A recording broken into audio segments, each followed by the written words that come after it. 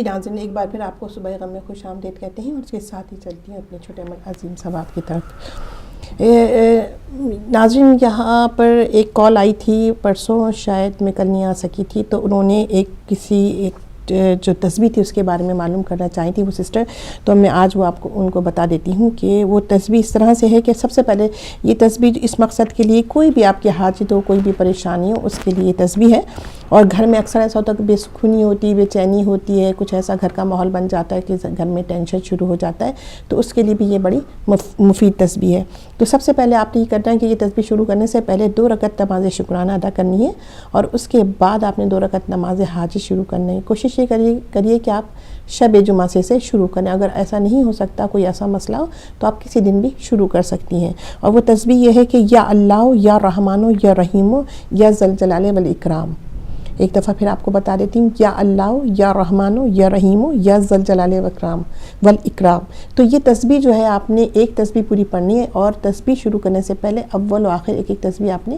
درود کی ضرور پڑھنی ہے۔ تو میں پہلے آپ کو یہ بتائی تھی کہ سب سے پہلے جس مقصد کے لیے آپ اسے پڑھ رہی ہیں، تو پہلے آپ نے 2 رکعت نماز شکرانہ ادا کرنا ہے، اس کے بعد 2 رکعت نماز حاجت پڑھنی ہے، اور اس کے بعد اول و آخر ایک درود کی تسبیح پڑھنے کے بعد یہ تسبیح آپ نے یا اللہ یا رحمانو یا رحیمو یا ذوالجلال والاکرام کی تسبیح پڑھنی ہے۔ تو انشاءاللہ آپ دیکھیں گی، جس نیت سے یہ شروع کریں گے، انشاءاللہ دیکھیں گے کہ 1 ہفتے کے بعد ہی آپ کے گھر کا یا جس مقصد کے لیے آپ کو اس کے آثار نمایاں ہونے لگیں گے کسی بھی حاجت کے لیے۔ تو یہ ایک بہترین تسبیح ہے، اور میری جو ایک سسٹر تھی انہوں نے اس کے لیے کہا تھا، تو یہ میں نے بتایا۔ اور اس کے ساتھ ہی میں چلتی ہوں اپنے آگے ایک اور آپ کو ناظرین بتانا چاہوں گی کہ جیسے کہ میں ابھی سنہری بات میں یہ بات کر رہی تھی کہ جو ہمارا جو ایک طرح سے کہتے ہیں کہ صحبت کا بڑا اثر ہوتا ہے، اور یقیناً لالچ اور صحبت اسی وقت جو ہے انسان میں جب صحبت غلط ہوتی ہے تو مختلف قسم کی جو ہے اس میں لالچ بھی آ جاتی ہے، کیونکہ صحبت جس طرح کی ہوگی، اور صحبت میں زیادہ آپ یہ دیکھیں اگر بری صحبت ہے تو یقیناً وہ صحبت میں جب بری صحبت پہ بیٹھے گا تو اس میں یقیناً ساری برائیاں ہوں گی۔ برائیاں ہر طرح کی ہو سکتی ہیں، جھوٹ ہے، غیبت ہے، کسی کا کوئی پلاننگ ہے، کسی کے مال جو ہے وہ جو ایک طرح سے قبضہ کرنے کی کوشش کری جائے گی، یا کسی طرح سے کسی بھی مسئلے پہ کہ کسی چیز کو حاصل کرنے کے لیے کہ ایسے راستے اختیار کرنا پڑیں گے کہ وہ ہمیں چیز حاصل ہو جائے۔ اور اس کی مثال ہم یقیناً یہاں پر کربلا کی لے سکتے ہیں کہ وہ ایسے صحبت میں تھے، وہ لوگ جو لشکر میں آئے ہوئے تھے کہ میرے مولا جو اس وقت آخری وقت تک جو ہے صدائے استغاثہ کرتے رہے، لیکن کیونکہ ان کے کان، ان کے ذہن، ان کی سماعت ہر چیز پہ ایک طرح سے جو ہے وہ تالا پڑ گیا تھا، انہیں کچھ سنائی نہیں دیتا تھا، کچھ سجائی نہیں دیتا، کیونکہ ان کی صحبت جو تھی، ان کے وہ جو لوگ تھے، وہ جو ان کے دوست تھے، جو ان کے تھے، انہوں نے ایسے ان کو لالچ دی ہوئی تھی کہ اس کے بعد تمہیں یہ جو ہے منصب ملے گا، اور یہ تمہیں اقتدار مل جائے گا، یہ تمہیں دولت ملے گی۔ تو مطلب وہ اس صحبت اس چکر میں ایسے تھے کہ وہ انہیں کچھ سچائی کا اور سچا راستہ انہیں نہیں سجائی دے رہا تھا۔ تو لہٰذا صحبت ایسی چیز ہے کہ اس سے ہمیں ضرور پرہیز کرنا چاہیے۔ اور جیسے کہ میں یہ بتا رہی ہوں کہ یہ ایک میں سورت کے بارے میں بتا رہی ہوں، تو یقیناً ہمیں اگر یہ سورت پڑھنی ہے تو ہمیں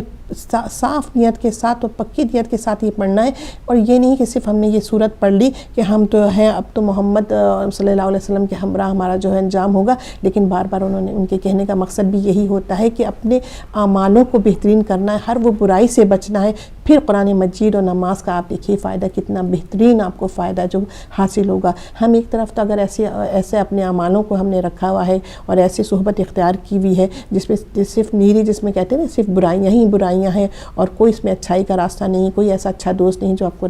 صحیح راستہ دکھا رہا ہو، تو پھر اگر ہم کبھی یہ ایسی چیزیں اور ایسے اعمال کر لیں تو اس کا کوئی بھی فائدہ ہمیں حاصل نہیں ہوتا ہے۔ تو لہٰذا ہم نے اپنے اعمالوں کو بہترین رکھنا ہے، اپنے جو ایک عبادت ہے اس کا کہتے ہیں ایک فائدہ، جو ایک طرح کا جو اثر ہے وہ جبھی ہوتا ہے کہ آپ نے اپنی پکی نیت کے ساتھ، سچے نیت کے ساتھ برائی سے بچ کے جب ہم اس چیزوں پہ چلتے ہیں تو یقیناً یہ ہمیں فائدہ بھی دیتی ہے۔ تو یہاں پر میں بتانا چاہوں گی کہ حضرت امام جعفر صادق علیہ السلام فرماتے ہیں کہ سورۃ جن کی اپنی زندگی میں جس نے سورۃ جن کی جو بھی شخص اپنی زندگی میں کثرت سے تلاوت کرے گا اور وہ حضرت محمد صلی اللہ علیہ وسلم کے ہمراہ ہوگا اور کہے گا کہ پروردگار عالم مجھے حضرت محمد صلی اللہ علیہ وسلم کے ہمراہی کے علاوہ کسی چیز کی ضرورت نہیں ہے۔ تو یہ میرے بتانے کا مقصد یہی تھا کہ ہماری اگر یہ نیت ہے کہ ہمارا انجام جو ہے ہمارے نبی صلی اللہ علیہ وسلم کے ساتھ ہو، اور ہم یہ الفاظ کہہ رہے ہوں کہ ہمیں کسی چیز کی ضرورت نہیں ہے میرے رب سوائے ان کے، تو اس کے ساتھ ساتھ پہلے ہمیں وہ چیزیں اختیار کرنی ہوں گی وہ اعمال اختیار کرنے ہوں جس پہ ہمارے نبی اور ہمارے نبی کی اہل بیت ہے جو ہمارے امام معصومین ہیں وہ ہم سے راضی ہو جائیں، ہم سے خوش رہیں، تو یقیناً یہ چیزیں بھی ہمیں جو ہے فائدہ بھی دیں گی اور ہم یقیناً قیامت کے دن ان کے ہمراہ ہوں گے اور ہم یقیناً اپنے الفاظ کو یہی ادا کر رہے ہوں گے۔ لیکن مین چیز ہمارا جو کہنے کا مقصد ہوتا ہے یہی ہے کہ پہلے اپنے آپ کو، اپنی جو برائیوں کو، اپنے نقص پہ جو ہے ہمیں وہ دیکھنا ہے، اس کا جائزہ لینا ہے۔ آیا کہ وہ کہتے ہیں کہ اپنے انسان اپنا جو ہے ایک طرح سے جو جج ہوتا ہے وہ خود بہت بہترین ہوتا ہے، تو لہٰذا ہمیں اس چیز سے دیکھنا ہوگا، جائزہ لینا ہوگا آیا کہ جو ہم پڑھ رہے ہیں، جس کی تلاوت کر رہے ہیں، کہ ہم ان تمام برائیوں سے جو ہم بچے ہوئے ہیں یا ہم بچنے کی کوشش کریں۔ یقیناً اگر نہیں ہے تو بچنے کی کوشش کریں اور اپنا جو ہے ایک طرح سے اپنے نفس پر اس طرح حاوی ہو جائیں اور اس کو اتنا برائی کی طرف سے جو سے جانے نہ دیں، تو یقیناً یہ چیزیں ہمیں فائدہ بھی پہنچاتی ہیں اور اس میں کوئی شک و شبہ کی کہیں کوئی گنجائش نہیں ہے۔ اور اس کے ساتھ میں آپ کو یہ بتانا چاہوں گی کیونکہ یہ جو ایام چل رہے ہیں وہ غم کے ایام ہیں اور عزاداری کے ایام ہیں، تو اس میں یہاں اس جو میں ایک بات چیز آپ کو بتا رہی ہوں، اس کے ساتھ ساتھ آپ کو آپ نے جو ہے لعنت کو جو ہے وہ اس کی بھی ضرور، اس میں لعنت جو ہے ضرور اس پہ بھیجتے رہیے کہ، اور اس کے ساتھ آپ نے کثرت سے جو ہے وہ اعمال خیر کرنا ہے، جیسے کہ ان ایام میں نہیں بلکہ کیونکہ ایک درس کربلا ہے ہمیں بتاتی ہے، تو اس کو ہم اس طرح محدود کر کے ان 2.25 مہینوں میں نہ رکھ دیں بلکہ پوری زندگی میں جو ہے اس کو جو اعمال کو، جن چیزوں کو جس کا ہمیں درس دیا گیا ہے اپنی زندگی میں، پوری زندگی جو ہے اس کو اپنی زندگی میں لایا عمل کر کے جاری رکھیں تاکہ ہماری زندگی بہترین ہو جائے اور اچھی ہو جائے، جو چاہتے ہیں جس کے لیے قربانی دی گئی ہے۔ اور عمل خیر کریں اور نماز کی ضرور پابندی کریں اور وقت پہ پابندی، کیونکہ پہلا سوال جو ہمیں سب سے پہلا جو ہم سے پروردگار عالم کرے گا وہ ہماری نماز کے بارے میں کیا ہوگا۔ اور نماز ہم کہتے ہیں کہ نماز جو ہے اور اول وقت پہ پڑھنا بہت ضروری ہے، اور اول وقت پہ ہم نماز ادا کریں، اس کے بعد قرآن مجید کی تلاوت کریں اور ساتھ ساتھ ہمیں یہ چیزیں اختیار کریں جو اپنے اعمال کو جو ہے بہترین بنانے کی کوشش کریں، تو یقیناً ہمیں کوئی ایسی چیز نہیں ہے جو ہمیں جنت میں جانے سے روکے۔ جی، اور فاروق بھائی اس کے ساتھ میں کچھ تھوڑے سے چند اشعار ہیں اگر آپ اجازت دیں تو۔ بسم اللہ۔ اللہم صلی علی محمد و آل محمد و عجل فرجہم اجمعین۔ صورت شیر خدا جاہو حشم کس کا ہے، صورت شیر خدا جاہو حشم کس کا ہے، لب دریا ذرا دیکھو یہ علم کس کا ہے، القمہ مٹ نہیں سکتا تیرے سینے سے کبھی، القمہ مٹ نہیں سکتا تیرے سینے سے کبھی، تجھ کو معلوم نہیں یہ نقش قدم کس کا ہے، لکھ رہا ہے جو قلم ہو وہ وفاؤں کی کتاب، لکھ رہا ہے جو قلم ہو کہ وفاؤں کی کتاب، کربلا دیکھ تو یہ ہاتھ قلم کس کا ہے، جب کھلے باب حوائج کے معنی مجھ پر، جب کھلے باب حوائج کے معنی مجھ پر، تب میں سمجھا ہوں کہ مجھ پہ یہ کرم کس کا ہے، کوئی بھی جھوٹی قسم کھا نہیں سکتا جس کی، کوئی بھی جھوٹی قسم کھا نہیں سکتا جس کی، میرے غازی کے علاوہ یہ بھرم کس کا ہے، نہر پہ لاشائے عباس تڑپتا کیوں ہے، نہر پہ لاشائے عباس تڑپتا کیوں ہے، نام ہونٹوں پہ سکینہ لب دم کس کا ہے، نام ہونٹوں پہ لب دم کس کا ہے۔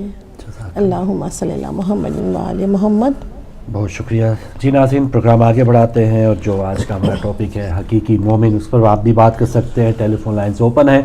اور بہت اہم ترین جو یہ ایام جاری ہیں، بہترین موقع ہے ہمارے لیے کہ ہم اپنے آپ کو جو ایک مسلمان ہیں، مومن کہلاتے ہیں، لیکن حقیقی مومن کیا ہوتا ہے، ایسے مومنین کا ہم ذکر کر رہے ہیں جو اپنی جان کی بھی پرواہ نہیں کر رہے۔ کل جیسے مولانا شفقت عباس صاحب کی بات ہو رہی تھی، آج سندھ بھر میں ان کی شہادت پر آج احتجاج کیا جا رہا ہے، وہ ایک خبر تھی۔ اور ایک اہم اطلاع یہ ہے کہ علامہ غلام رضا نقوی صاحب جو تقریباً 18 سال کے بعد ان کو رہائی ملی، تو انہوں نے اعلان کیا کہ 2 ماہ کے اندر وہ ایک نئی جماعت، ایک مذہبی جماعت بنانے کا ارادہ رکھتے ہیں، تو یہ بھی ان کا ایک اعلان ہے۔ اور اس میں ہم جب دیکھتے ہیں کہ پہلے سے ہی شیعہ علماء کونسل، مجلس وحدت مسلمین، جعفری الائنس اور اس سے بھی اگر تعداد گنائی جائے تو بہت بڑی تعداد ہے، تو ایک اور سیاسی جماعت کا آغاز ہونے جا رہا ہے۔ تو یہ ایک عملی طور پہ وہ کتنے طور پہ کامیاب ہوں گے، پرانے ساتھیوں سے بھی انہوں نے کچھ رابطے کیے ہیں، اور یہ تمام نئی جماعت جب آئے گی تو اس سے مومنین کو کتنا فائدہ ہوگا یہ آنے والا وقت بتائے گا۔ لیکن جو پچھلی جماعتیں یا اس وقت جو موجودہ جماعتیں کام کر رہی ہیں، اس حوالے سے جب ہم روزانہ ٹارگٹ کلنگ کی اطلاعات پاتے ہیں، جب روزانہ ہم دیکھتے ہیں کہ ملک بھر میں پشاور سے لے کے کراچی تک کہیں نہ کہیں ایسی وارداتیں ضرور ہو رہی ہیں. تو یہاں پر جو پہلی سے جماعتیں کام کر رہی ہیں ان کی ناکامی کا بھی ایک منہ بولتا ثبوت ہے. ہم احتجاج کرتے ہیں, دھرنے دیتے ہیں, یوم سیاہ مناتے ہیں. آج سندھ بھر میں احتجاج تو ہو رہا ہے بہت بڑا. ہم نے وہ اس دن مظاہرہ کیا تو ان کے صرف FIR درج ہو گئی. بہت بڑا ہم کام کریں تو FIR درج ہو جاتی ہے. قاتلوں تک یا ان کو سزا پہنچانے کا جو ایک عمل ہے اس میں کتنا ہم پریشر ڈال سکے ہیں یہ بھی ہے کہ ہم کسی بھی, اب تو ایون حکومت نے یہ فیصلہ کر لیا ہے کہ سزائے موت کو ایک بار پھر معطل کر دیا گیا ہے. پچھلے بار کچھ آغاز ہونے کے چانسز تھے لیکن کل جو وزیر اطلاعات پرویز رشید صاحب بتا رہے تھے کہ سزائے موت جو ہے پاکستان میں ایک بار پھر اس کو معطل کیا گیا. یعنی یہ کھلا ایک چھوڑ دیا گیا ہے کہ جو قاتل ہیں ان کو تو بالکل آزادی ہے کہ وہ جس کی بھی چاہے جان لے لیں, لیکن اگر کوئی قاتل پکڑا جائے تو اس کو کوئی سزا نہ ملے. یہ عجیب و غریب پشت پناہی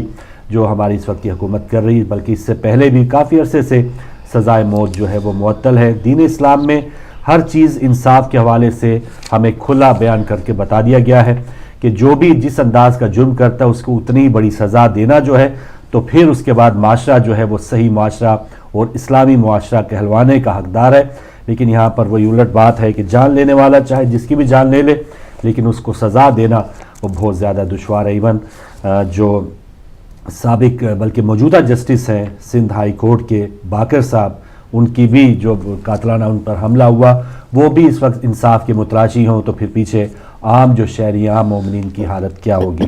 تو یہ کچھ ایسی باتیں تھیں جو آپ کے ساتھ شیئر کرنی تھی. اب آتے ہیں حقیقی مومن جو آج کا ہمارا ٹاپک ہے کہ کن صفات کو اپنا کر ہم واقعی حقیقی مومن بن سکتے ہیں. اور یہ ایسا مہینہ یا ایسے ایام چل رہے ہیں کہ جن میں ہمارا دل مائل ہے دین اسلام کی طرف.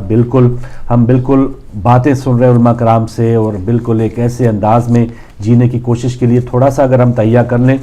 تو برائیاں جو ہیں وہ ایسی نہیں کہ ہم ان کو لگا کے ہی رکھیں اور پھر برائیوں کو بھی لگا کے رکھیں ساتھ اور پھر اپنے آپ کو اچھا بنانے کی بھی کوشش کریں, تو ایسے دونوں کام ہو نہیں سکتے. تو ایک جو صفت ہے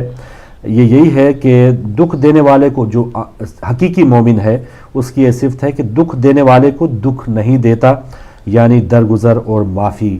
سے وہ کام لیتا ہے. تو اسی ایک جو ایک صفت یا کوالٹی کے اوپر اگر ہم بات کریں گے تو آپ دیکھ لیں کہ ہم تو اگر کوئی دکھ نہیں بھی دیتا تو اس کے بھی در پہ ہیں کہ یہ فلاں جو ہے وہ کھاتا پیتا کیوں ہے, یا اس کو اتنا اچھا منصب کیوں مل گیا ہے, یا یہ حسد اور اس کے ساتھ جو بغض ہے ایون خاندان میں خاندان سے باہر. تو یہ جو طور طریقہ ہے یہ مومن کا یہ وصف نہیں ہے, یا یہ صفت یا ایسی بات مومن میں نہیں ہونی چاہیے. اگر کوئی آپ کو تکلیف بھی دیتا ہے تو مومن وہی ہے کہ وہ درگزر سے کام لے, آپ طاقت رکھتے ہوئے معاف کر دیں, تو یہ آپ کے لیے بہترین کام ہے. ورنہ اگر ہم یہ دیکھتے ہیں کہ اگر کوئی آپ کو مثال کے طور پہ اگر ایک شیر تکلیف دیتا ہے تو آپ اس پر 1.25 شیر جو ہے اس سے بدلہ لینے کی کوشش کرتے ہیں, اور یہ بدلہ نسل در نسل چلتا رہتا ہے. خاندانی طور پہ دشمنیاں جو ہیں اگر کسی انداز سے کوئی کسی کا ناحق قتل یا خون ہو گیا ہے تو یہ سلسلہ کئی نسلوں تک جاری رہتا ہے, اور یہ اسلام سے پہلے کا ایک طور طریقہ تھا. لیکن بدنصیبی ہے کہ مسلمانوں میں اب بھی ہے. ہماری عدالتیں دیکھ لیں, ہمارے تھانے دیکھ لیں, کچہریاں دیکھ لیں کہ ایک دوسرے کے ساتھ جو ٹکر لینے کا سلسلہ ہے, ایک دوسرے سے جو بدلہ لینے کا سلسلہ ہے, اپنی جائیدادیں بیچ دینی ہیں, اپنا سب کچھ بیچ کے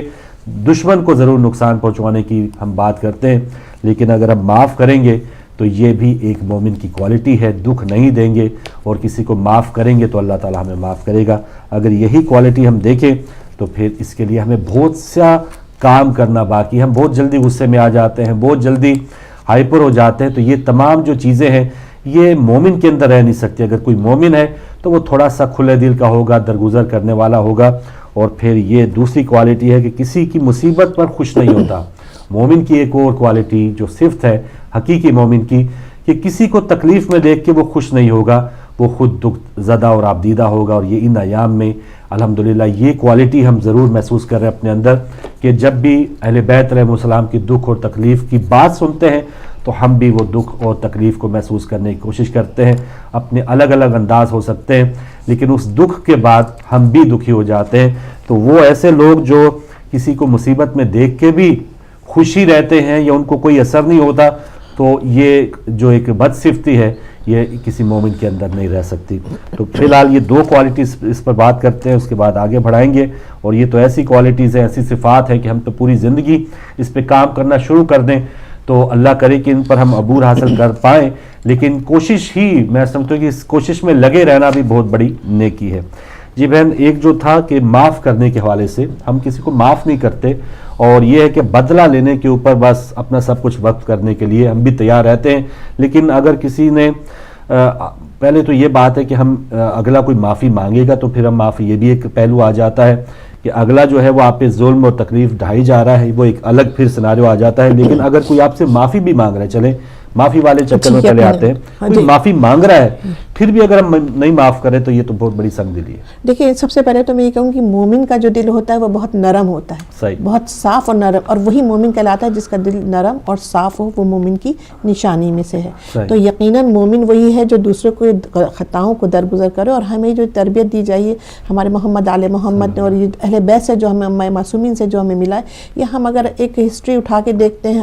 ہر اپنی جیسے اپنے امام کی, تو ہم دیکھتے ہیں کہ ہر مقام پہ انہوں نے لوگوں کو معاف کیا ہے. اور اس کی دیکھیں بہترین مثال جو ہمیں ملتی ہے وہ کربلا میں حضرت حر کو, حر کو کیا چیز انہوں نے بنا دیا ہے. میرے مولا نے کس طرح سے ان کے خطا کو معاف کر کے اصل حر بنا دیا, اور ان کے کیا رتبہ ان کا بڑھا دیا کہ آپ یہاں تک ان کے, آپ دیکھیں کہ زیارت میں میرے مولا نے کہا ہے کہ جو میری زیارت کو آئے تو اس زیارت میں اپنے حضرت حر علیہ السلام کا جو ہے وہ اس میں شامل رکھے ان کی زیارت کو. تو اس طرح سے مطلب ان کی, آپ یہ دیکھیں جنہوں نے ان کے راستے کو روکا, جنہوں نے ان کے گھوڑے کے لگام کو پکڑ لیا اور انہوں نے پھر گلے لگا لیا اور گلے لگا کے معاف کر دیا, اور اس طرح سے ان کے, تو یہ ایک بہت بڑی مثال ہے ہماری اس درس کی. تو یہ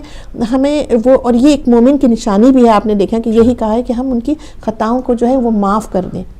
سچے دل سے معاف کر دیں. یہ نہیں کہ آپ نے شکل دیکھی اور مصلحتاً چلو ٹھیک ہے درگزر کرنے کے لیے, نہیں, وہ پھر معافی نہیں, کیونکہ آپ کی نیت کا حال تو پروردگار جانتا ہے. یہ بھی بڑا ایک پوائنٹ ہے کہ ہم اوپر سے بعض اوقات پریشر کی وجہ سے یا کسی خاندانی دباؤ کی وجہ سے کہہ دیتے ہیں ہاں ٹھیک ہے جی ہماری بات ختم, لیکن اندر ہی اندر آپ نے دشمنی قائم رکھنی ہے, آپ نے اس کو نقصان پہنچانے کے لیے کوئی وار خالی نہیں جانے دینا. تو اگر آپ معاف کرتے ہیں تو حقیقی معافی. اور فاروق بھائی, اگر آپ اوپر سے کرتے ہیں تو یقیناً آپ کا چہرہ جو ایک آئینہ ہوتا ہے وہ آپ بتا بھی رہا ہوتا ہے کہ آپ نے دل سے معاف کیا ہے یا آپ نے اسے اوپر سے معاف کیا. لیکن آپ بہت بڑے ایکٹر ہیں, آپ چہرے کو بھی پتہ نہیں چلنے دے رہے, لیکن اللہ جو ہے وہ آپ کی تو دل کی نیت. اس سے پہلے میں نے آپ سے کہا کہ نیتوں کا حال پروردگار جانتا ہے. تو آپ اپنے کہ ہم آج کل بہت بڑے ایکٹر ہیں, یقیناً وہ ٹی وی فلموں والے ایکٹر نہیں رہے, ہم بہت اچھا رول ادا کرتے ہیں. کوئی بھی ہمیں رول ملے ہم بہت اچھا رول ادا کرنے میں کامیاب ہوتے ہیں. تو ایسی ایکٹنگ یہاں تو کام آ جائے گی, ہو سکتا ہے ریاکاری کام آ جائے, سب کچھ یہاں جی لوگ ہمیں بہت داد دینے لگ پڑے کہ یہ کیا بہترین سخی دل انسان ہے, لیکن ہمارے دل کی جو کیفیت ہے وہ اللہ تعالیٰ بہتر جانتا ہے. تو وہاں پر ہم اس قسم کا دھوکہ نہیں دے سکتے. تو اگلی کوالٹی تھی کہ دکھ دینے والے کو بھی دکھ نہیں دیتا, یعنی ایک یہ ہے کہ معاف تو ہو گیا, اس کے بعد ہے کسی کی مصیبت پر خوش نہیں ہوتا. یہ بھی ہم, اب یہ بھی انسانیت کسی کے اندر ہے, تو ایسا ہو نہیں سکتا کہ پشاور میں اگر کوئی فرض کیا دھماکہ ہوا ہے تو کراچی والے بالکل بے خبر ہوں یا اس حوالے سے. اور ایون اب تو یہ میں نے بہت دور دور کی مثال دے دی شہروں کی, اب ایک گلی میں اگر کوئی سانحہ ہوا ہے, کوئی فوتگی یا اموات ہو گئی ہیں, تو ساتھ والے وہ ان کی اگر شادی ہے تو وہ کہیں گے کہ بھائی ہمارے تو کارڈ چھپ گئے, ہم نے تو ہال بک کروا لیا. اب یہ ایک دوسرے کے لیے سیکریفائس, قربانی یا دکھ کے اندر شامل ہونے کا جذبہ جو ہے وہ ختم ہوتا جا رہا ہے. اور کسی کی مصیبت پر ہم تو ہیں وہ اپنی, جیسے کہ آپ نے کہی کہ ایک پڑوسی اور گلی کی بات نہیں, بلکہ اگر آپ خاندان میں دیکھیں, گھر میں دیکھیں, تو بہت سے ایسے افراد ہیں جن کے ایسے رشتے ہیں کہ وہ ایک دوسرے سے مطلب ایک طرح سے بغض بھی رکھیں گے اور کہیں گے بس ظاہر تو لگے گا کہ نہیں ہے, لیکن اگر اس کو کوئی ایسی تکلیف ہو گئی تو وہ اس تکلیف میں اندر اندر بڑے خوش ہوں گے. ہاں, گلی سے بھی گھر میں آ گیا, اور بلکہ تکبر انداز میں دل میں سوچیں گے, اگر زبان پہ نہیں لائیں گے کہ ہاں دیکھو اس نے یہ کیا تھا, اس کی سزا اللہ نے دی, ہاں اب مزہ آیا, پروردگار نے اس کو سزا دی. حالانکہ یہ تکبر میں آ جاتا ہے کہ نہیں جانتے کہ کیا اس کی آزمائش ہے اس بندے کی, اور ہم اس کو اس رنگ میں لے رہے ہیں. تو لہٰذا ہمیں یہ چیزیں, مطلب اس چیز کا مومن کا, میں نے آپ سے کہا مومن کی نشانی یہ ہے کہ اپنے دل کو صاف رکھے اور نرم رکھے, اور ہر خطا کو معاف کر دے, اور کبھی بھی کسی کی بات پہ یا مصیبت پہ یا اس پہ یہ نہ سوچے کہ یہ وہاں سے ملا ہے, پروردگار دیکھو ایک بہت بڑا رحیم و کریم ہے، چاہے تو وہ آپ کی 1000 عبادتوں کو بھی آپ کے منہ پہ دے مارے گا، اور آپ کو بخشنا ہے تو ایک آپ کو ایک ذرے ایک نقطے پہ بھی آپ کو معاف کر دے گا۔ اچھا دیکھیں کہ ہمارا معاشرہ سے جیسے یہ کوالٹیز بہت اچھی ہیں، معاف کرنا، درگزر کرنا، کسی کے دکھ میں شامل ہو جانا، لیکن آج کا معاشرہ اس کا الٹ ایسا ہو جاتا ہے کہ اگر آپ کسی کو معاف کریں تو وہ آپ کو ڈرپوک سمجھنے لگیں گے اور آپ کو ایک ہدف بنا لیں گے کہ ٹھیک ہے یہ تو اس کو تو جو مرضی ہم کریں اس نے تو آگے سے بولنا ہی نہیں، تو یہ الٹا حساب بھی ہو سکتا ہے کہ وہ بیچارہ پس کے رہ جاتا ہے کہ وہ اگر یہ کوالٹی حاصل کرنے کی کوشش اور اگر انسان جیسے اکثر میں گھر میں بھی بلکہ یہ ڈسکس کرتی ہوں کہ اگر انسان مثلاً خاموش ہوتا ہے یہ سوچ کے نہیں ہمارے رب کی یہ خوشی ہے یہ نہیں کرنا چاہیے، تو وہ دوسرا یہ سمجھتا ہے کہ یہ خاموش ہو یقیناً یہ خطا وار تھا، یہ خطا وار تھا اس لیے خاموش ہو گیا، یہ ہو گیا، اس کو غلط رنگ میں لے لیا جاتا ہے، حالانکہ ہو سکتا ہے وہ اپنے آپ کو سدھارنے کے لیے اس چیز سے ظاہر کوشش کر رہا ہے کہ ان برائیوں سے بچے، وہ کام نہ کرے جو ہمارے رب کو نہیں پسند ہے، جو ہمارے نبی کو نہیں پسند ہے، لیکن وہ اس کو لوگ اسے غلط رنگ میں رہ کے اس کے ایک طرح سے جذبات کو اور اکساتے ہیں کہ یہ لو ہاں یہ نہیں، آپ دیکھیں وہ خاموش ہو گیا تھا اور لہٰذا دیکھیں کیسے چپ کرا دیا اور میں حاوی ہو گیا، ظاہر وہ ہوتا تو کچھ بولتا، تو یہ ایسی کچھ چیزیں ہیں معاشرے میں جو آپ دیکھیں انسان کو وہ، اور یہی وجہ ہے کہ یہ ایک بہت بڑا جہاد ہے اپنے آپ کو صحیح کرنا۔ اس میں یہ چیز دیکھیں یہ ہر کوالٹی آپ نے دیکھا کہ شہروں کی مثال دی، مجھے فوراً خیال آیا نہیں گلی کی بات کرتے ہیں، گلی کی مثال دی، فوراً آپ نے صحیح بات کی، نہیں گلی سے تو بات گئی گزری گھر میں آ گئی ہے، یہ تو گھر میں اتنی زیادہ پستی پہ پستی چلی آ رہی ہے، انحطاط ہو رہا ہے، ہماری جو صفات یا کوالٹیز ہوتی تھی رکھ رکھاؤ، ایک دوسرے کے دکھ درد میں شامل ہونا، اور اب جہاں 21ویں صدی کی بات کریں، یہ چینلز کی بات کریں، علم کی بات کریں، تو علم تو اب ہمیں پتا ہے کہ ایون اب ماں کو پتا ہے کہ میری پیدائش اب بیٹی ہوگی یا بیٹا ہوگا، سائنس اتنی ترقی ہو گئی ہے، چاند پہ کیا ہوگا، آئندہ کسی سیارے پہ جانا ہے، تو اتنی ترقی اتنی زیادہ انسان نے کر لی ہے، لیکن جہاں پر اخلاقی پستی ہے شاید یہ ہم اس دین سے دور ہوتے جا رہے ہیں۔ ہم جسمانی طور پہ تو مجالس میں ہوتے ہیں،